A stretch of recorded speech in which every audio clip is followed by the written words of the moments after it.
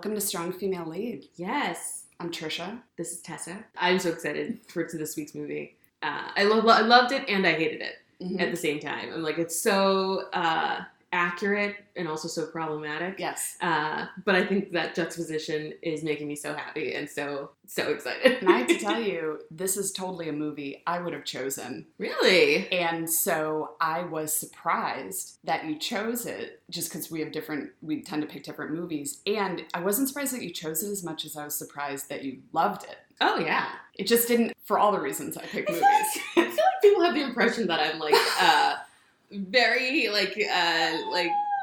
what's something like beyond jovial. You're like highbrow about your movie selections. An elitist. Me, an elitist? I made you guys watch Teen Witch. In terms of certain tropes and stuff, like you might not like a movie because this one definitely pushes one, but also sort of turns it on its head, which is fascinating. I've realized this week I've been doing like a great course on story writing, and so I've been like trying to pick out some things that really annoy me about movies, and one of them is when you establish a world and then you don't stick to like the world that you've created. Like you're introducing new things, and I'm like, no, we've agreed that this was the world. I don't like it. It's very distracting to me. And I let that stuff go because I just embrace chaos and I just assume that it's not supposed to make sense. But you're more formulaic. I like it. I'm so glad you picked this movie. Yeah. Guys, this week we're doing 500 Days of Summer. Insert some Smith songs to just make us all bring the mood down.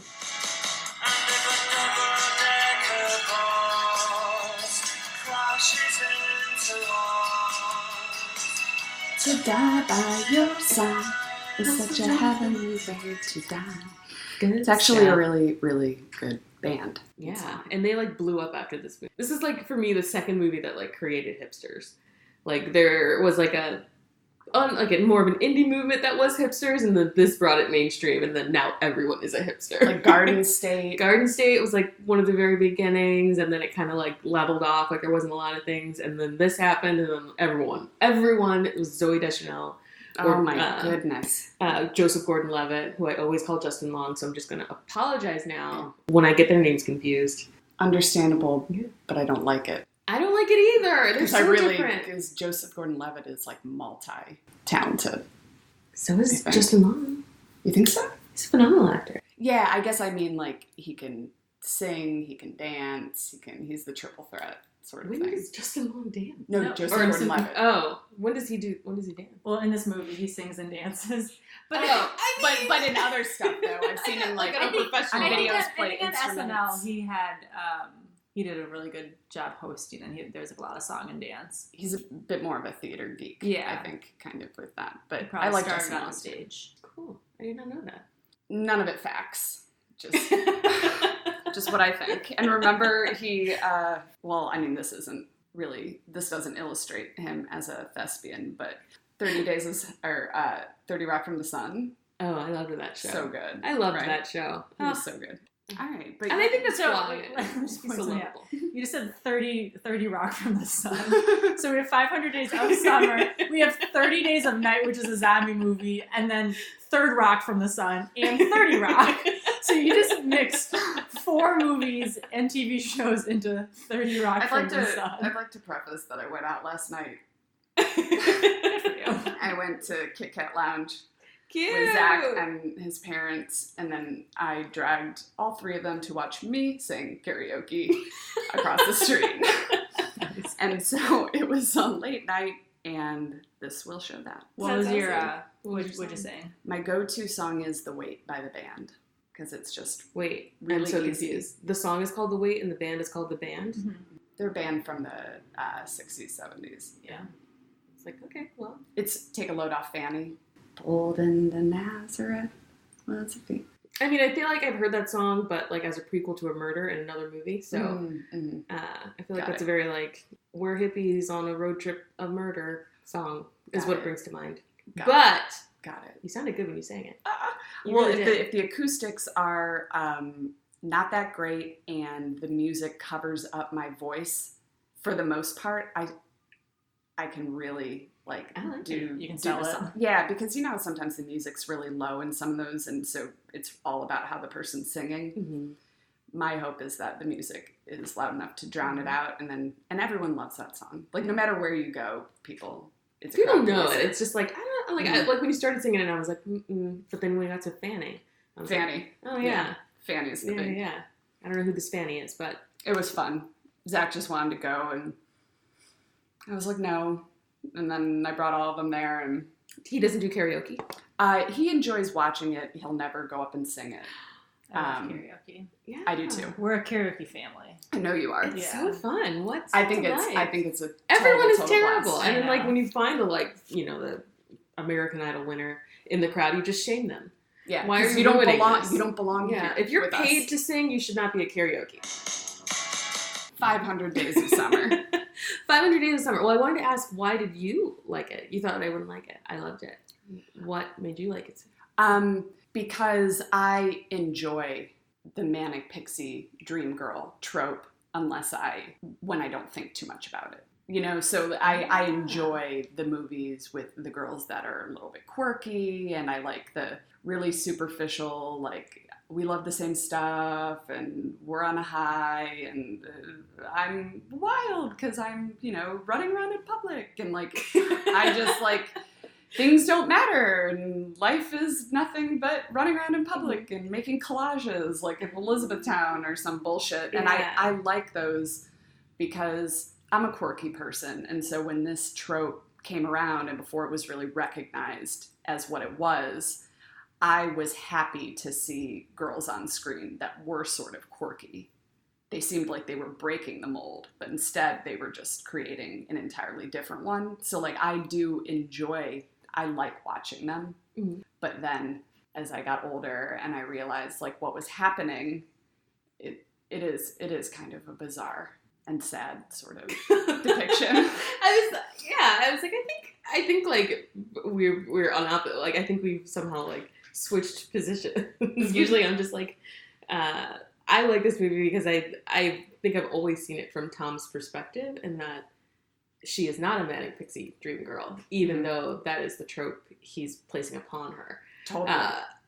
And which is why I liked it. I was like, oh my god, this movie is self-aware. Which is why I realized when reading about it, why I realized why you did pick it, because that went totally past me, that it was a commentary on the Manic Pixie Dream Girl in a sense. But it's almost self-aware past the writer, because I think the writer does have a little bit of the anger towards the girl still, as is clear in the beginning, where it's like, Jenny Kirkman, you bitch, or whatever. This isn't a true story, or this isn't a love story. Mm-hmm. But he made her a Manic Pixie Dream Girl, and she has the qualities of one, but she doesn't fulfill the function of one. She's not the trope, because she is more self-actualized, but at the same time, she does help him in the end discover himself, and we don't know a lot about her inner world. So it's this whole, I was like, oh my god, I can't believe this movie was way more complex than I realized. Like, it makes me want to rewatch like Garden State and the worst movie that's ever been made, Elizabethtown. I hate that shit. It's so bad. I loved it when I was younger, because I was like, she's a wild and free flight attendant. She's so bubbly, and this is amazing. And I was like, she probably goes home and just cries herself to sleep in a bottle of whiskey. I'm like, I can't handle her. Like, I mean, she's the manic side of her. I was like, oh no, she's near suicide. You can't be that happy without a very dark side. Deep fall into oblivion. I would love to see her, like, her Google and YouTube search histories. Like, what is she watching? Because it's probably, like, all dark web nonsense. Yeah. Or her collage begins, it's, like, all happy stuff, and then all of a sudden it turns into, weird, creepypastas about murder. And I'm like, Yes. And the manic part is so funny because they do have boundless energy. Mm-hmm. They never need sleep. They always look directed beautiful. At you. Yeah. And I'm all to be directed at you. They look perfect constantly without the money to do it. Yeah. It's an update of like a Stepford Wife. It's Stepford 2.0. Yeah. Which is partially why I love to see them, because I was just like, it gives you like a little bit of insight into the psyche of the writer and of like male, quote unquote, male culture. Yeah. And that they're like almost unaware that they're giving away. I know. Yeah. And I'm like, oh, so that's what you see when you see Zoe Deschanel. Even her character in New Girl, which I would love to do New Girl for strong female lead, because I also think like she starts out as a Manic Pixie Dream Girl, and then she evolve, because I didn't watch the... She does and she doesn't, because it's a TV show. She can't evolve too much because the dynamics of the universe that they live in. Yeah, it's another like Manic Pixie Dream Girl, which is so opposite of what every interview I've ever read of Zoe Deschanel.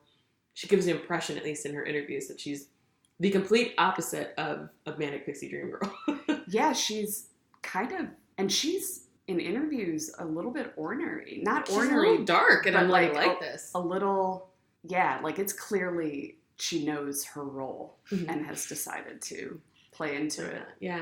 But, so I thought, right, you wouldn't like it because I didn't realize that it was aware of it. I was like, Tessa would never just like a movie with a Manic Pixie Dream Girl just because, like, there had to be something else. And then it made sense to me. Like, not that you would never, but you know what I'm saying. Like I can enjoy just a lighthearted, like a sports comedy. I'm like, I'm not going to go into, like Trainwreck. But picking it for strong female lead, I was like, there's got to be something else going on here.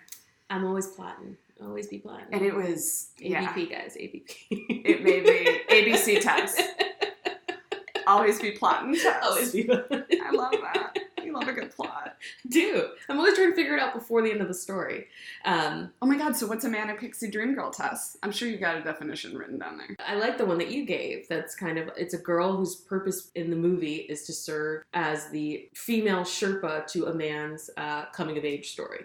It's a plot device. Yeah, it's a plot device. And I actually thought of this movie because when we did Arrival, I was like, is Jeremy Renner a Manic Pixie Dream Boy? No. He's not, but it was kind of in the very, very... He has some qualities. But he's not he's not a full-blown one. I don't know if we've ever really seen a full-blown one. Right. She wasn't like using him. Right. You know, she didn't have like a narrow like vision of what she needed him to be to like serve her. She was just like, exactly, I'm going to talk to these aliens on my own. Come along if you wanna. Exactly. He was just it was a supporting role. Yeah, and not a plot device. Yeah. But it was nice to think of him like one. But I'm sure maybe, I don't know of one off the top of my head. Of a male one, but I bet we could find one. There's got to, maybe not to the extent, but that fulfills a lot of the qualities. Yeah. But I think they also have certain, I'd be interested about what the personality characteristics are. So like we know that they serve as a plot device. Yeah. But like for a man, what would it be? Because for it's a female, probably the opposite. It's like he's a dark, brooding, like bartender type. He's Nick from. They're both Manic Pixie Dream opposites. Ooh. He's Nick. He's a child, but he's dark and mysterious. He is her emotional Sherpa to grow her up. It's do they end up together? They do. They do. Yeah, okay. Because I thought they wouldn't wind up together. In my opinion, like because they're never going to grow up. Yeah, in the story world that they've created, they're relying on each other. Yeah. Exactly. But we're not talking about New Girl. We're talking about 500 Days of Summer. So let me give a quick little synopsis. So greeting card writer and a hopeless romantic is caught off guard when his girlfriend, in quotes, Summer, played by Zoe Deschanel, suddenly dumps him. He reflects on their 500 days together to try to figure out where their love affair went sour. And in doing so, Tom, who is Joseph Gordon-Levitt, rediscovers his true passion in life, which I think is accurate to what happens, but I don't think really encompasses what's happening in the movie. Because of like him rediscovering his like love of architecture. We didn't really get to know his love of architecture that much in the beginning, except it was pointed out to him that he wasn't doing it. So I didn't feel that invested. I feel like it comes out in the director's view, like if you're paying attention to like what the director's doing in terms of like this is all through the mind, you know, from the point of view of Tom.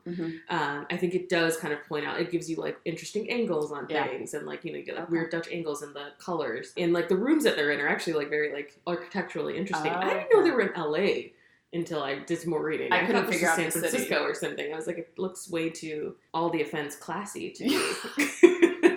LA. No, I know.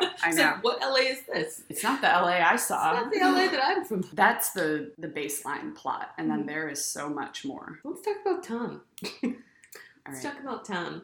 I feel like everyone knows a Tom. Everyone's probably dated a Tom. It's just like you're not listening to the words that I'm saying. And if you don't know a Tom, it's because you are a Tom. You probably are a Tom. I have this conversation a lot with people who are in talking about their relationships. It's very apparent that the person that they're with is not, like, you're a circle and it's a square peg, where, like, I want a girlfriend who does these things and is this type of person, and, like, you're a girl, and you're, like, happy and bubbly and, like, you know, beautiful. Let me put this girlfriend circle in the square peg that is, like, the girlfriend that I want, and then you're just, like, trying to force that to happen, and I'm like, that's never gonna work. Women do it too. Women do it too, 100%. But I'm like, doesn't your arm get tired from trying to mash that, like, in? Yeah. Like, something is telling you that this isn't right. And I feel like in the movie, like, Summer is very honest with Tom about, like, not wanting to be in a relationship. Not wanting to, like, for them to, I think she, like, kind of does a good job of, like, keeping him at arm's length until it seems as though he's on the same page. And then they do the karaoke and then they finally hook up. And I was like, okay, so maybe he wasn't, like, not listening. Maybe he's just, like, overriding her interests because she's this Manic Pixie Dream Girl in his mind. Or he's cast her as this Manic Pixie Dream Girl. Yeah, when I first watched it, I thought, you know, she was leading him on. And in a way, you know, yeah, she's very flirtatious. She knows her power. She knows that he likes her. You know, she's fine with him liking her and maybe probably liking her more and being fully well aware of it and continuing. At the end of the day, though, while maybe, like, slightly inconsiderate, like, if you're on the other side, I would kind of want someone to end it if they knew. Yeah. But at the same time, not wrong, because he has the power to end it at any point. She's enjoying it. Yeah. She has every right to enjoy those parts of a relationship, the sex and chemistry and shared interests, without wanting something deeper. So she's not doing anything wrong, but she's wielding her power, but he's not taking a stand to. His stand would be to walk away rather than think that he can change her, and he doesn't do it. Yeah. So that really does fall on him. I don't feel bad for him anymore. And I did a little in the beginning. I'm like, how could she grab his hand after having that conversation? Well, fuck him. Like, grow a pair. Exactly. And, like, one of my favorite scenes was the scene where when they're leaving the karaoke and the drunk friend is, like, getting into the cab and he's like, Tom likes you, to her, and then she asks him about it. And the whole, like, my first watching of it, I totally thought this is like, oh, this is double speak. She's like, do you like me? He says yes. And she's like, as a friend, and he says yes. And, like, the first time I watched it, I was like, oh, well, you know, like, as a friend, and, like, for me, I'm just, like, winking and, like, yeah, as a friend, like, winking and nudge. Because she has a little twinkle in her eye when she's sort of saying it, but that's putting on her. We're looking at this from Tom's point of view, and what she's actually saying is what she actually means. And I was like, oh man, I'm so guilty of that. I'm like, but we don't know what she actually was doing, because eventually we finally see expectations versus reality, but we don't know how much of those expectations colored her interactions throughout the whole movie. Yeah, so she might not have been like as her word. Yeah, why aren't we just saying, like, okay, well, Summer, you know, being of sound mind and body, says she wants to be friends with Tom. And she says and, like, yeah, and she says that plainly. And the whole time she does.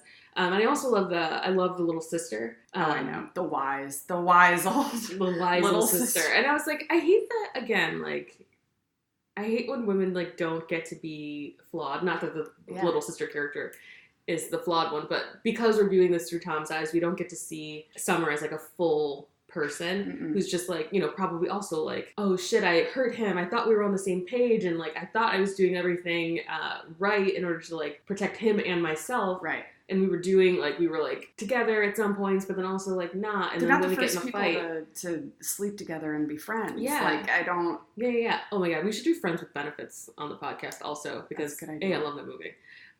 It's a riot. Is that a Anna Faris movie? No, it's Justin Timberlake and who's the girl with the big eyes from that 70s show? Mila Kunis. Mila Kunis. Yeah, that's hilarious. But I love the Anna Faris one. What's your Just number? Friends. What's your number? Oh, yeah. And there's a Just Friends. Yeah. And then there's another one with Natalie Portman. That's a Friends. There's a lot of Friends. Yeah. Friends with sex. Yeah. Movies. And they always end up together somehow. Wow. And I'm like, and usually they don't. In real life, in real life. Yeah. I've never had a friends with benefits situation turn into a relationship. You typically are stamping it with a non-relationship thing. Yeah. But that's okay. It's usually like a friends with benefit isn't like a friend that I've had since childhood, which is the weird part that I always find in these movies. And I was like, so you've known and had this option for 25 years, and you're just now trying it out, only to have it fall apart, only to realize that you guys were meant for each other. And I was like, okay, that was a little simple, but. When I was watching this movie, I felt like it was from his point of view, and this is how he saw it, but in reality, I'm thinking he's obsessed with her, and he has her locked in his basement. That's like, I'm like, he's just the way he talks about her, and like, he has no love for her the way he talks about her. He loves the way she makes him feel. Yeah, she even says or the way he wants her to make him feel, and she's not doing that. Like, this chick is in the basement, and his friends are helping keep her hostage. And, like, maybe she gets out Yes, at the end. like, this could very, very easily turn into an episode of Criminal Minds. Yes. Because, like, the way that he's reacting to, I mean, it wasn't that extreme. That's an exaggeration. But, like, the way he reacts when they break up and they have to call the little sister in. He's just standing there breaking plates, looking so crazy. Right. I'm like, oh, and we're supposed to think, Summer. We're supposed to think he's, he's just some. Sad for you. He's a romantic. He's a hopeless romantic, Mm-hmm. and watching it back, it's like. I mean, he calls her a whore when she breaks up with him. Oh, about her, to the other girl or something. No, he writes a card. He's like, right. Roses are red, violets are blue, you broke my heart, you whore. Yeah. And like. It was wild. It just, she had all those qualities, and I really thought, not the first time, maybe the second time, or knowing Manic Pixie Dream Girl, and when I was starting to watch it this time around, I was like, God, she just doesn't have any depth. Like, we don't know anything about her. She has all this judgment about him not being an architect, but we don't know what she wants to do. It's really only about her tastes in music and things, her feeling on relationships, which can just be like a bit of a, like, I'm rebellious sort of thing. Mm-hmm. And then whimsical outfits. Whimsical outfits, and then another man comes in. But then I now realized, that's just all he saw of her. Mm-hmm. There had to be so much more of her. Yeah. And she didn't owe him an apology for any of it. She told him the whole way through. Mm-hmm. And maybe her actions weren't aligning in some ways, but they don't have to. If this were a guy,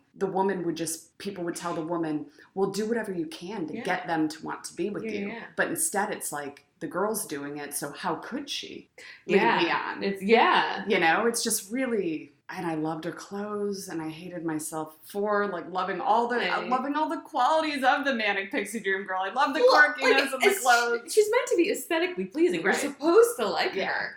She's supposed to be everyone's best friend. Yeah. There's no shade or shame in like, I know. falling for what is obviously attractive, but I think, like, staying in that place and trying to force her to be only those things is where Tom goes wrong. Yeah. I also didn't like the very end when he meets Autumn, and I was like, okay.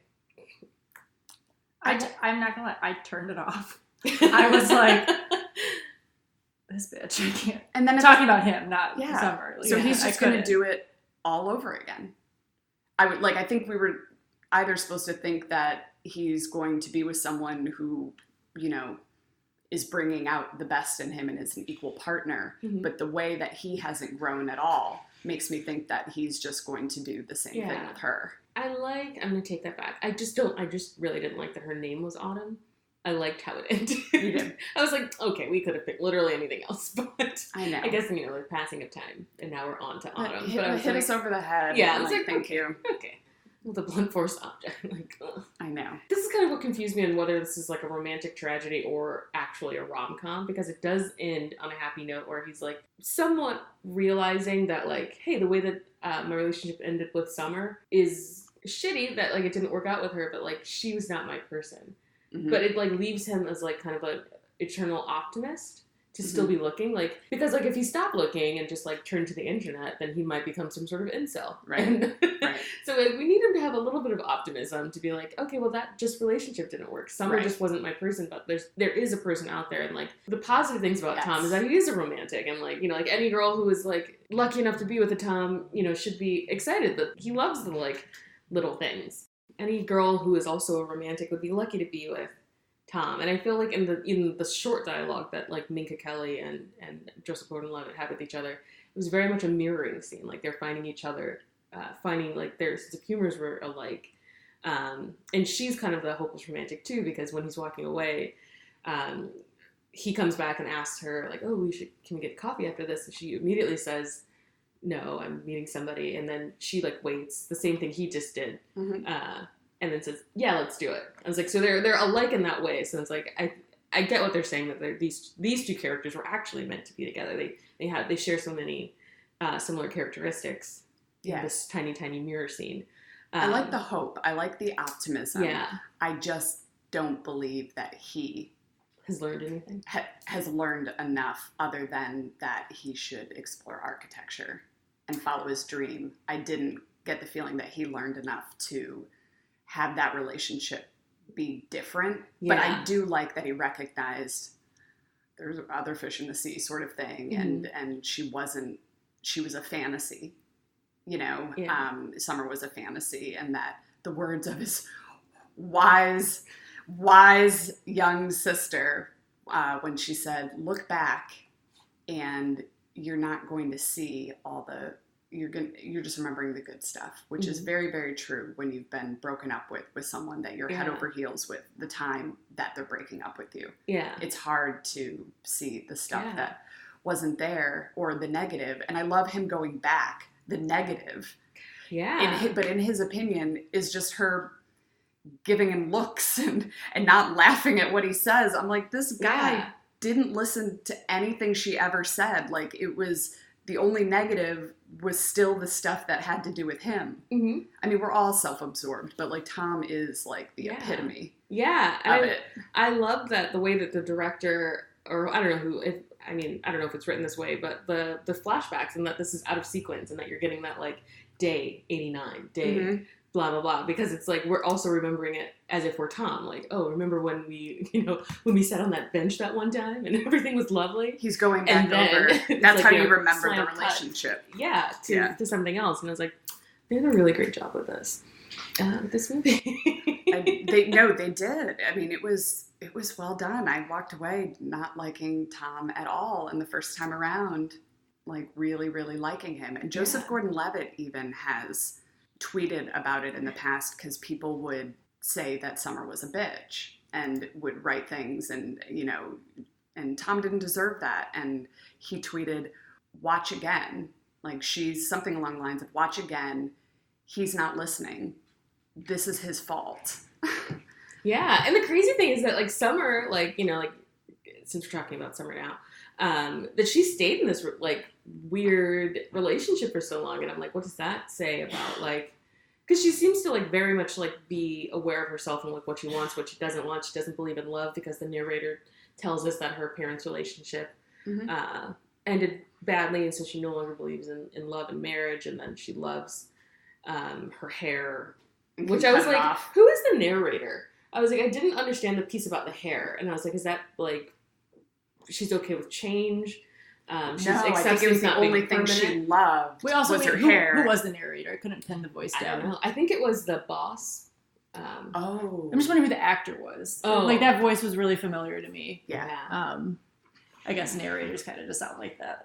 I'll look it up. I thought the hair thing was the only thing she loved was her hair, but the only thing she loved more than her hair was how she didn't feel anything when she cut it off. So she liked not being able to feel. But I was thinking maybe that's like something to do with being a Manic Pixie Dream Girl. And that the image of her is like mutable. Mm-hmm. I don't know. I feel like there's something there. Because why say it? And like, I feel like the two things we get from the narrator about her, that she doesn't believe in love and she loves her dark hair, and then what she loves about her dark hair is the fact that she can chop it off. And I'm like, that's an interesting thing to say. Right. But I didn't really get what they were going. And I was like very curious about the use of this God's voice narrator in the very beginning and then at the very end. And I was like, whose perspective is this? I mean, I just thought it was, it was a male's, it's not Tom's voice. It was a male's perspective, an older, wiser male's perspective of what was happening to this young, sensitive man. Mm-hmm. But I was like, but it comes out of nowhere. Like, yeah, you're right. It is kind of weird. Because I was like, why couldn't we have Zoe say those things? Right. Like, I don't believe in divorce because my parents got divorced. Love isn't real, it's an illusion. I mean, she did say them. She did, but like, why have the narrator say it at all? I don't know. I didn't get that. I don't know. Any thoughts, Hillary? I don't know, maybe like Tom was just like fantasizing about this relationship and like thought it was so important that he needed a narrator to like explain it. I mean, I don't know, like he needed like a third party to like confirm that he's not a piece of shit, and then she's like screwing him over. Maybe it was I don't know. to help us. It helped us gain more sympathy for Tom in a way, having that narrator and someone kind of above and ubiquitous understanding where he was coming from a little bit. Maybe I don't know. That's what it served to do, I guess, for me, is to help me see him as the protagonist. Yeah. I can't think of another reason why it would be there, because it really added nothing.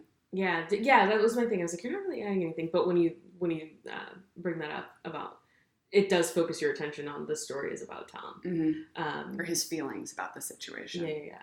So what about summer? Let's get into summer. Man, oh man. Summertime. Let's just sit back and unwrap. I feel like summer is the every woman. Like, in a very generic, like, every woman type of way that anyone can find themselves in this situation where you're like, I like him, but it always ends in a question mark. Yeah. Like, I like him. Yeah. I like him, but there's something off. And then once you realize what it is, you're like, well, can I fix that? Is that something we can work on? Yeah. And then it becomes more and more clear that, like, no, this isn't a we thing to build our relationship closer. This is a him thing. Yeah. That he has to stop at some point viewing me as, like, an accessory to his life and, like, view me as a partner in our life. She never says it. Yeah. She never seems angry with him, but the only way, angry with him about the way he treats her, which, you know, putting anyone on a pedestal like that is going to be obnoxious and annoying. Yeah. Fun for a week, and then fun on my birthday. The worst thing. Yeah. But she does say it at the end, in a sense, saying, you know, what I found with my husband is the thing I wasn't ever sure about with you. Mm-hmm. And so... But didn't you want to know what... I wanted it to be more explicit. I was like... I did too. See what it is. But here's the thing, but he would never hear it explicitly explained. That's true. That's all he could probably... That's the first time it even dawned on him that there was something missing to her. Mm-hmm.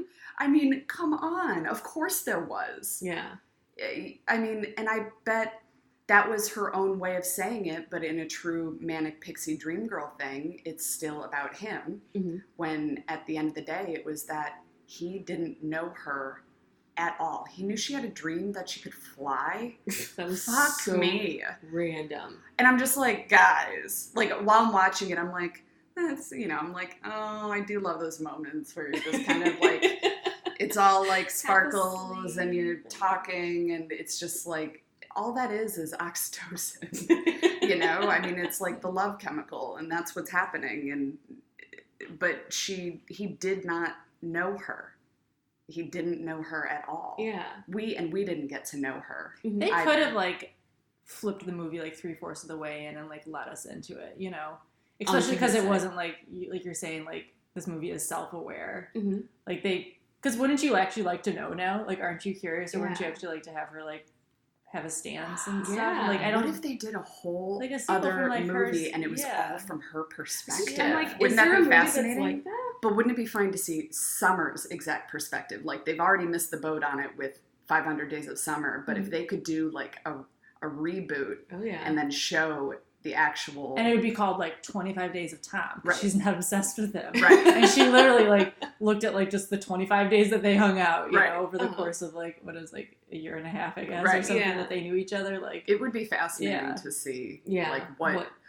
She was probably dating other people. Right. She was, I mean, this whole other thing, like, even while they're hanging out, like, she, you know, or maybe she has a near miss and sees him somewhere and it's just like, oh, well, it's fine, you know. Or just overhears his creep-ass conversations. Yeah. I'm like, because she works in the same office and I was like, she has to be aware of some of this. Yeah. It's awkward. Yeah, I would love to see her perspective. We really didn't get to meet her. So here's what Nathan Rabin, who coined the term, this is exactly what he said, was a Manic Pixie Dream Girl. and it was in a review of Elizabethtown. The MPDG exists solely in the fevered imaginations of sensitive writer-directors to teach broodingly soulful young men to embrace life and its infinite mysteries and adventures. So they're said to help their men without pursuing their own happiness, and such characters never grow up. Thus, their men never grow up. And I listened to a podcast on the way here, Your Angry Neighborhood Feminist, or something really funny, that I just found by Googling Manic Pixie Dream Girl. And another thing about the Manic Pixie Dream Girl is they always disappear after their function has been completed. Mm-hmm. So like the function in this movie was for him to explore architecture. It's probably more deep, and they might be playing on it more because we think it serves more of a function, I think, in terms of him, like, hopefully he learns what he was doing, like making an illusion of this woman.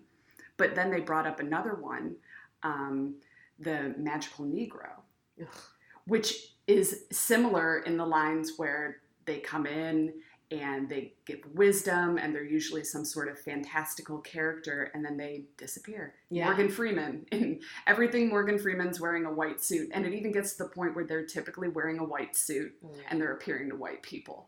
And it is horrifying because, like, I had heard of that, but then hearing examples, I'm like, oh my God, you're right. And let's not even get to the minorities in this movie. Question mark? Were there minorities? Barely. So like, this was LA. I was like, okay. The Chinese family at IKEA, which is just like there's a Chinese family in our bedroom. And then they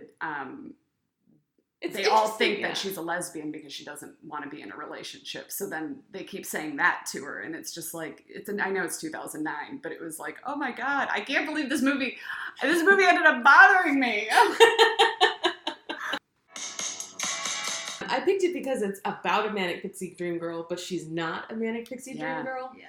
But then the other movies, like, Elizabethtown. I've never seen that. Should I not watch it? I mean, you should watch it. 100%. I'd recommend that everyone watch it. I haven't watched it in 10 years, and I'm sure it's going to be awful. Oof. I was just, like, surprised that Kirsten Dunst chose this. Like, Orlando Bloom is horrible at an American accent in this movie. It is bad. But the story, I felt like I was annoyed by, even, like, I think it was probably in high school when that came out. Uh-huh. Maybe, like, first year of college. But I was like, this is annoying. She is annoying. Are you never going to, like, say anything? Oh, my God. I was watching a car commercial. And I was like... should we record this? I'm just kidding. Yeah, this is just an aside.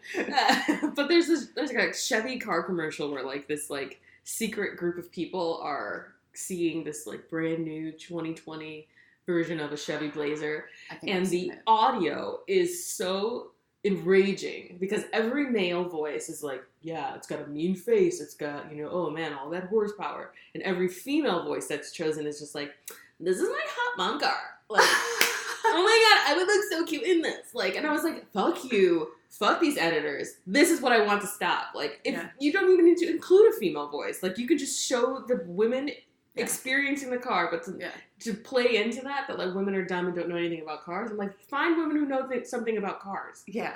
And it's fine that there are women that don't. Yeah. But then it doesn't have to, like, why does it just... I was like, why do you have to choose those lines? Today, and I was like, I'm not... In this day. Yeah, I'm like, this is for a 2020 vehicle. Yeah. This is the future. Like, and we're still talking about the same things. And I was like, that just makes me mad every time. That's like on The Office when, like, Jan's asking she's, like, doing, like, a girls group. And she's asking everyone about their dreams. And Kelly's like, I don't want to be one of those moms who drives around in a soccer van. And Jan's like, yes, Kelly, yes. She's like, I want to drive SUV. And all the other girls, and then Jan's just like, and all the other girls are like, Because it's like the hot now, it's like, you want to SUV, not a van anymore. I'm hoping this doesn't ruin all my movies for me, but... Not ruin. It's just hard. I love it anyway. Like, movies that I think are, like, terrible or, like, that I'm good. Like, I've watched Valerian since we've done this episode. I still love it. I'm like... You know what? Andrew? Like, what's not to like? I mean, it is entertaining. You know what I think it is, truly, is because I... Like Chasing Amy. I love movies that are obviously dated and I see them for what they are. For some reason, I'm having a personal issue with this type. And it's because I think I modeled myself. Like, I thought that was a way to be, and I looked up to it. Mm-hmm. The other ones, it's like, oh, it's a time capsule, etc. And I'm more removed. But this one, I'm like, Tricia. Like, I'm like sad for like younger Tricia. Like, I don't know, man. It's just like more of a personal connection to it. And I'm just like mad that they did that to me. Like, that kind of. You didn't see it. And I'm more mad that I didn't see it. Like, it's more like I know better. Because you're not supposed to. I know. Don't feel like you're missed something. You notice everything, Tessa. No, I probably saw that's rational. That is rational. Like, cut yourself some slack. It's an invention of 2009. It's totally rational. I'm not into that type of thing. It just, I understand it was supposed to happen. It happened to everyone. I'm not stupid, but I still have a feeling. Feelings aren't rational. I feel betrayed. Yeah, that's how I feel. I feel betrayed. Feelings feel for the win. I feel betrayed because I really did connect. And then I was connecting to something that was emptier than I realized. But I think there's so much truth in the portrayal of those women. And I'm like, it's even harder to be a person who chooses to be happy than to just let, the darkness consume you. Which I think, I think the Manic Pixie Dream Girl is only damaging in that the portrayal of these women, you never get a balance. She never has an off day. She never, comes in with no makeup because shit just got hard. Like, no, man, she's fully eyelashed. Yeah. Oh yeah. All the time. Oh yeah. Extensions, everything. And I was like, that's the part of Manic Pixies that's to me like a little wonky. That's off. No, I'm angry. And the fact that she's kind of a tool used to pull somebody else's load instead of like you doing the emotional work yourself in order to get yourself to a place where you could be in a healthy relationship with somebody. But it also makes me, I feel betrayed, like it happened and I didn't realize it and I fell into it. But also, because that was a character that I had more qualities in line with, except that I had a very depressed side of my personality. So like I had that in addition to that kind of like thing I put out there, but also that's a message that women have perpetuated for generations, like not all the quirky stuff necessarily, but just be what the man needs, and in return you'll get the security that you need. And that's a message that I've been taught my entire life by members of my family. Like don't bring up too much stuff. You talk too much. Don't talk too much. Guys don't like it when girls talk too much. Because it's like, watch me in 20 years and I'm a podcast players. See how much I will talk.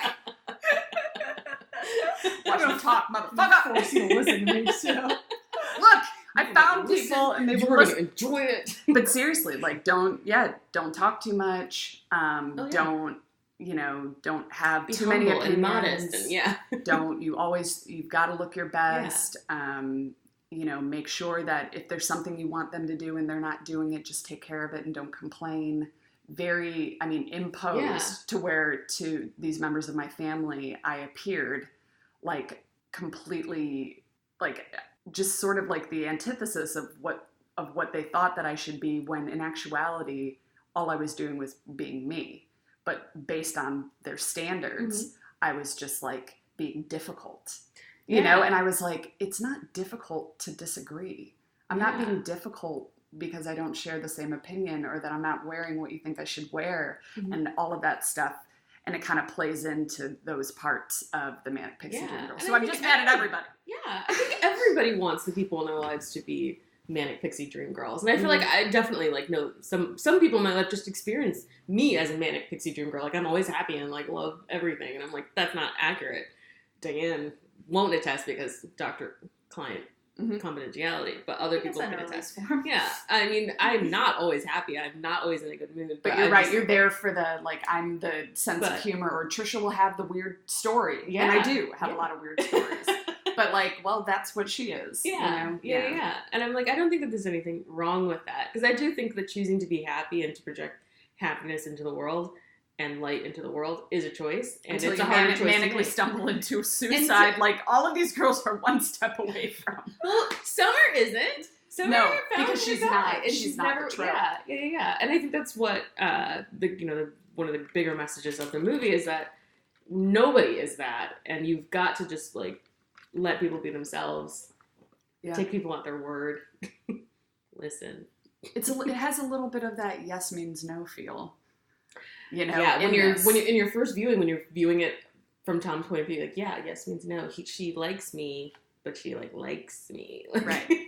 And yeah, and this isn't something that friends do. And I was like, but isn't it? It's 20. In that point, it was like 2009. Isn't that something friends do? Yeah, friends don't hook up with each other. And she can like you and be attracted to you and have chemistry with you. Yeah, like those are all things that happen to everybody until or unless they meet someone that they want to be with more permanently. Yeah. I mean, isn't that dating? Yeah. Like, they could have even been... She says that. I don't want to be in anything serious. So like they could be even dating. Yeah. Like, I mean... And not exclusively. It's very... I want to see the other dates and I wanted to see her relationship with her husband. Yeah. I wanted to see, like, what made that different. I was like, I wonder if there's a director's cut that has a little bit more of Summer in it. Because, yeah, I'd either like to see the reverse movie.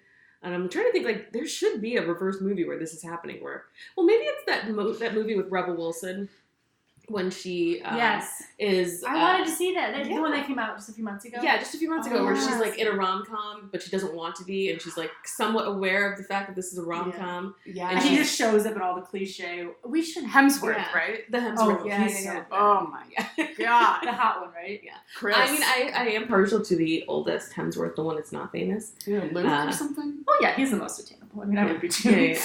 And the other ones are married, so. Chris Hemsworth. I mean, you can still have a crush on me. I would be a Manic Pixie Dream Girl for Chris Hemsworth. I would frankly give up all of my values. Yeah. Cartoon Spider-Man movie that just came out. The Into the Spider-Verse. Yeah. Apparently it's amazing. Andrew was like, you guys could do an SFL on it. Everyone says it's amazing, and I'm so mad that I didn't see it. I don't like Spider-Man. He's like one of the characters that I just don't. I just always I don't even want to talk about. I don't even want to talk about Mary Jane in those. She's movies. She is a Manic Pixie Dream Girl, like the OG version. She is truly the terrible. And the ones the Tobey Maguire movies, it's kind of Kirsten Dunst. Yes, I can't. She had a bad track, and like the 2000s were not good for her. She put herself into a hole, and they. I just realized she did do. Have you guys seen Virgin Suicides? Mm-hmm.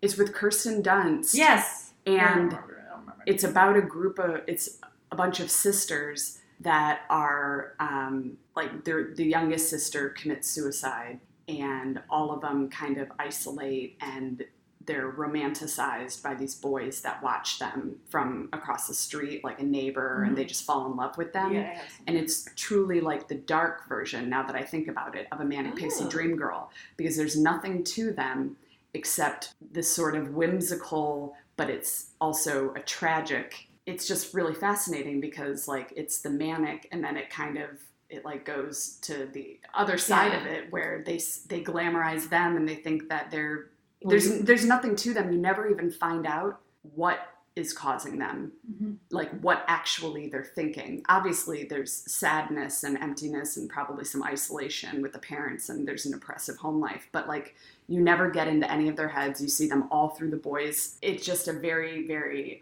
one-dimensional view of these girls who obviously there was way more going on, and then you never know why. And it just... and how the boys just kind of painted them to be something because they were like a blank canvas for them. You didn't know anything about them, so you could just make them anything. Whoever you want them to be. And then, like a Manic Pixie Dream Girl. And then they all... Like, when I saw this movie, originally I thought this was a rom-com, and I was like, oh, cute. I love a rom-com. I've got time for this. And then it wasn't, and then I left it, and I was like, sad? And I was like, what was that? But I don't know why, but in my mind, I was like, Manic Pixie Dream Girls belong in a rom-com where you're meeting two, like, juvenile characters who are, like, adult children in whatever ways that they're adult children. And then they're both going on these journeys to figure out themselves. And then as they figure out themselves, they realize that they're supposed to be together. And then they figure out how to be together. But this is, like, so weird in that, like, this is just, like, very male. A very male perspective on movie, a very male perspective on life. There's just like, I should be serviced by this Manic Pixie Dream Girl in order to achieve my goal, which is, either architecture or finding autumn. Right. And I'm like, that's so strange that you don't even consider the Manic Pixie is a person. And Yeah. I'm like, oh, I hope that that's not... Well, I know it's true and reflective of society, but I would hope that we're making strides to move those things forward. Yeah, I don't know. No more pixies, only rom-coms. No I more don't really pixies. know. I have mixed feelings. I mean, I read somewhere that Paper Towns was supposed to be an anti-Manic Pixie Dream Girl, but then she ends up being a Manic Pixie Dream Girl. Yeah. I never saw it, and that looked awful. I think that the fault in that movie is that the character is self-aware and the film is not. Okay. The character is saying all the right things, but she's still fitting in a construct that is forcing her to be a man. It's like this movie without its self-awareness. Yeah. It's only told from the point of view of the male character, but the female character, Cara Delevingne or whatever, eyebrows Delevingne, brows, is aware. It doesn't want to be a Manic Pixie Dream Girl. She's like asking for her humanity in the context of this, but it's told from his perspective, and he's stalking her, which seems to be a normal thing that happens in these type of movies, that like someone is being stalked. Right, because like stalking is just like an expression of love. Yeah. Like you should want to be stalked. Yeah. Like you would be. Yeah. You should be honored to be stalked by. Yeah. That's you know, a typical 25-year-old. rom-coms Yeah. in general. Yeah. Like There's no a lot boundaries. And a lot of like negging, no boundaries. Yeah. Like, Stalking. how can I trick this person into loving me? Yeah. Like, I know she doesn't want to be with me, but I'm going to trick her. Yeah. This kind of makes me think that maybe to think of a male Manic Pixie Dream Girl, going back to my second favorite movie, Something Borrowed, the second episode, I fucking think that Dex and what's the guy's name? Kevin from Shameless? Kevin from Shameless. Those characters are Manic Pixie Dream Boys.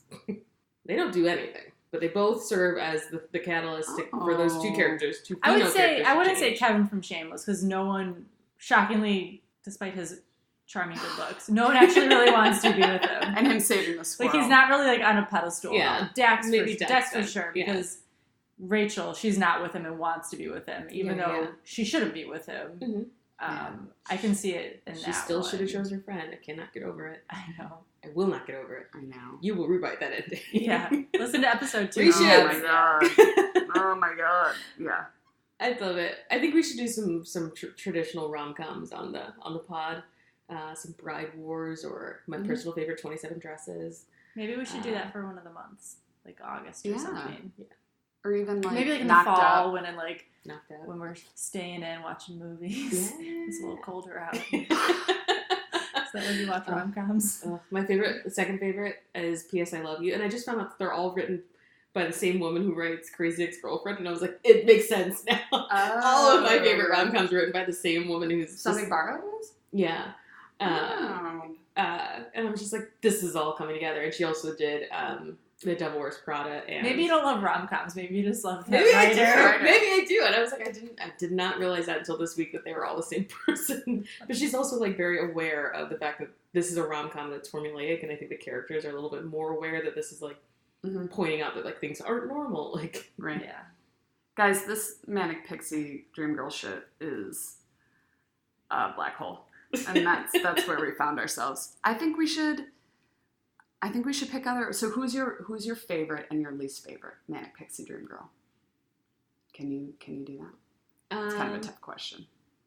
My favorite Manic Pixie Dream Girl is Tess from 27 Dresses. Her only purpose is to grow her sister up, and I like it because she is a female Manic Pixie Dream Girl working with a female protagonist. Mm-hmm. She has to grow up so that her sister can grow up and like do her own thing. And I just love that movie. Can that be Manic Pixie Dream Girl? I don't know why it has to be male. I don't know. That's what all the definitions of the trope say. But that explanation right now makes sense. Mm-hmm. I haven't seen that movie. I think it's like it could be a version of it. Yeah. I mean, I could be wrong. I'll just have to watch it again for the 1 millionth time and really like put my glasses on about it. Because I see why it would be a plot device, but I guess I'm thinking Manic Pixie Dream Girl has to be a romantic. It's a romantic. It's this dream version of a woman that you want, and so does the sister want her sister.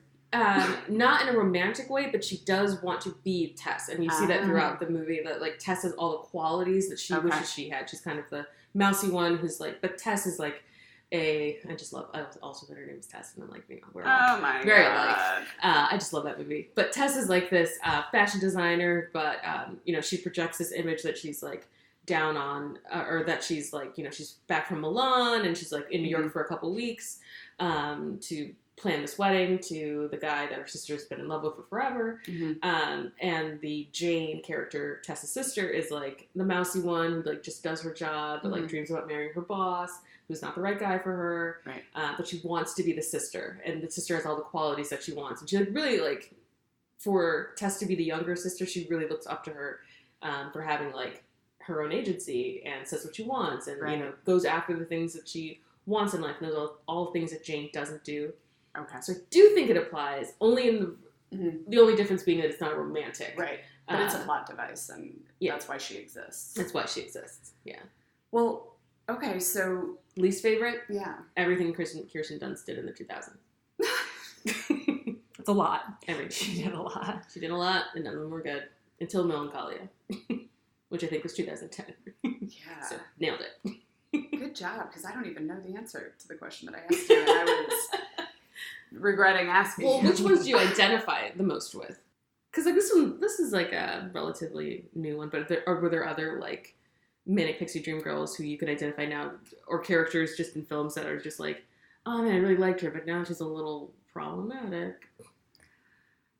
Yeah, I mean, I never fit into, because I've never been like fully free-spirited like that. I always wanted to be, and I never was. So I almost idolized them. And then I would share some of the quirks. But I would say like my favorite, and I love her, and I'm going to have to watch it again, is Penny Lane, Almost Famous. I've never seen it. It's with Mark Wahlberg, right? It's a Cameron Crowe movie. It has Kate Hudson. It has Jason Lee. Is it the porn star? They're like, no, they follow a band. Oh, okay.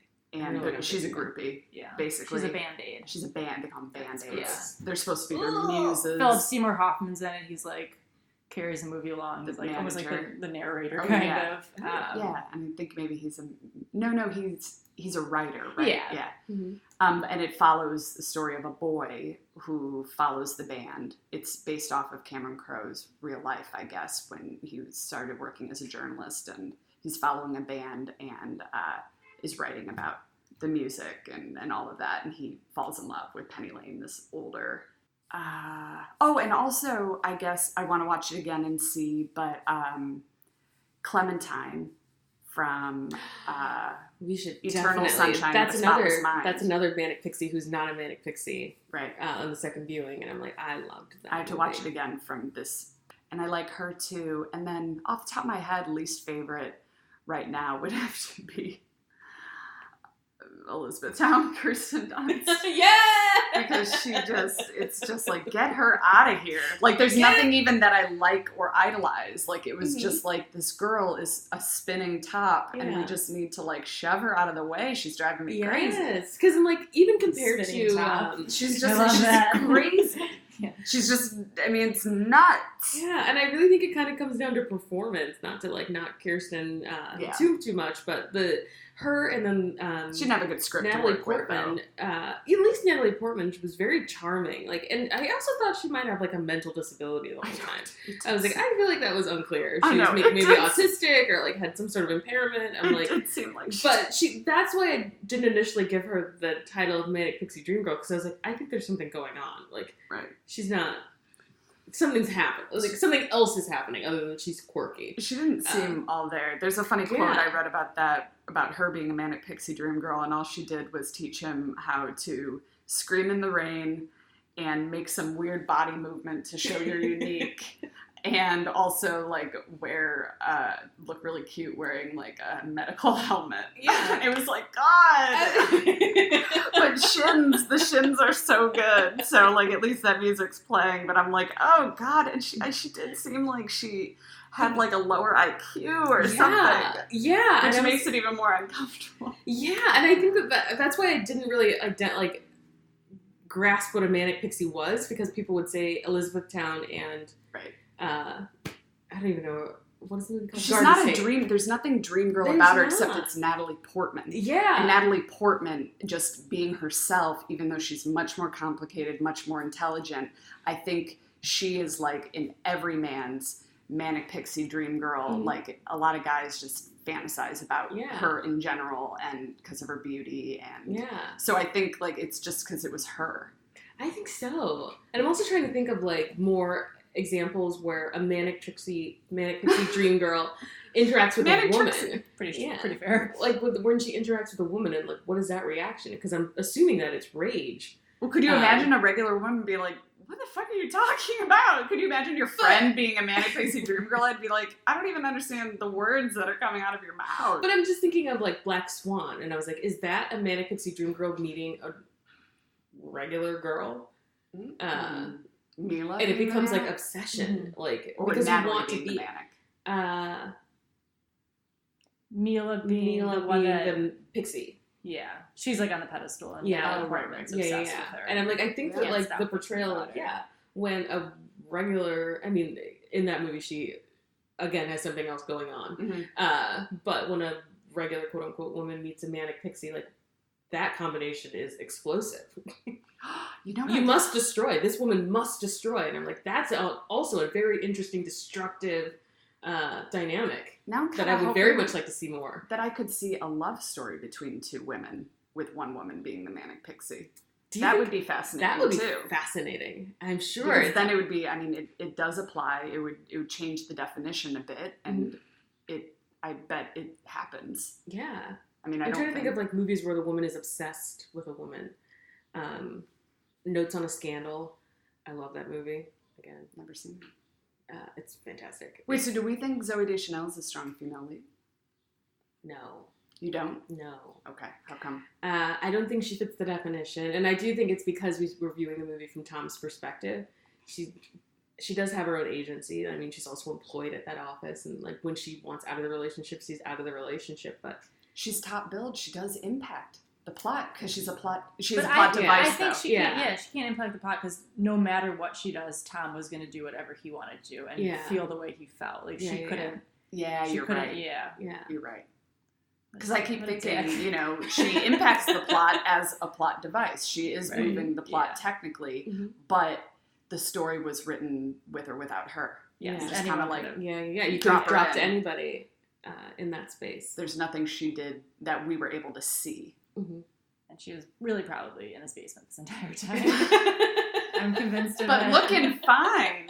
Looking good. And pretty carefree about the fact that she was in his basement, you know? Because she makes the best of a situation. She gave her those Smiths records and she's fine. She needs her origami hanging and she's totally fine. I did love the cartoon bird when he's dancing because I'm like, it's like, it is really out of this world that people behave like that. Like, I appreciate that you literally drew a cartoon as a reminder that and people walking, I mean, that is a funny scene. You're like, wow, this guy just had sex. I'm thinking, it must have been a really long time if he's having this reaction also. But then I love the idea of people being like, oh, hi. Yeah.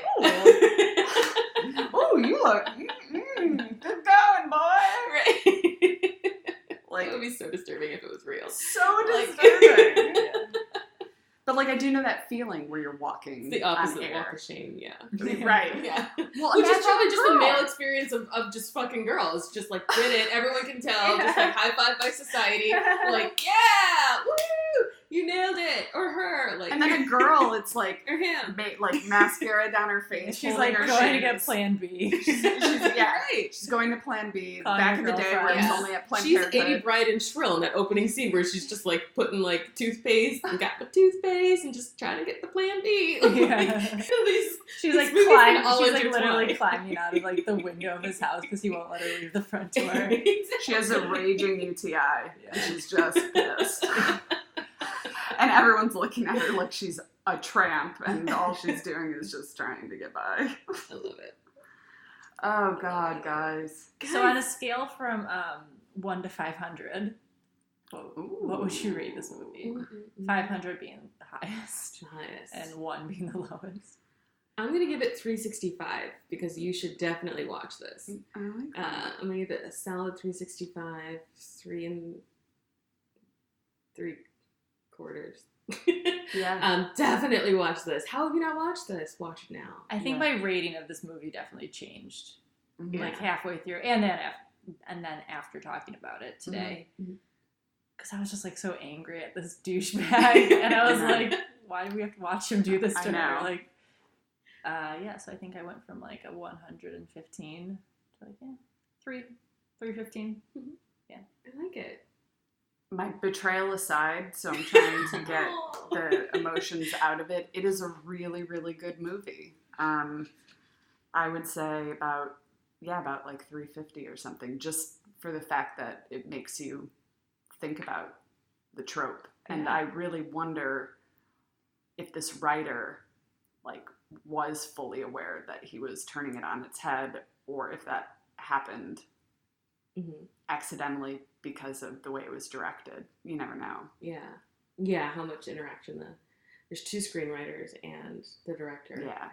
I hope that the writer, it was some self-awareness of why it ended the way it did, or what was happening, or how he didn't really know her and all that. Yeah, no, it's a really good movie. God. And it's got a great soundtrack. Yeah, if nothing else, you need to Fantastic re-download the soundtrack. I was like, oh man, I remember all of these songs. I know. I love them. It's so good. Yeah, it's a really good movie, guys. You should follow us on Instagram at StrongFemalePod. And tweet at us and the stars of this movie so that we know that we're correct in our assumptions, all of them, at SFL_Chicago on Twitter. And let us know of your favorite and least favorite Manic Pixie Dream Girl. Yes, tell us the rom-coms that you want to see, the Manic Pixie Dream Girls. I'm so excited to keep watching these, like I ever stopped. I know. And one other thing, just a reminder, we are going to be at Inside Jokes on July 21st in Chicago for our Chicago listeners. It's at the Laugh Factory, and tickets are free, so just find us on Facebook. Search Women in Comedy, and you'll find the link on Facebook. So hope to see you guys there. Sounds good. Yeah. Bye. Bye.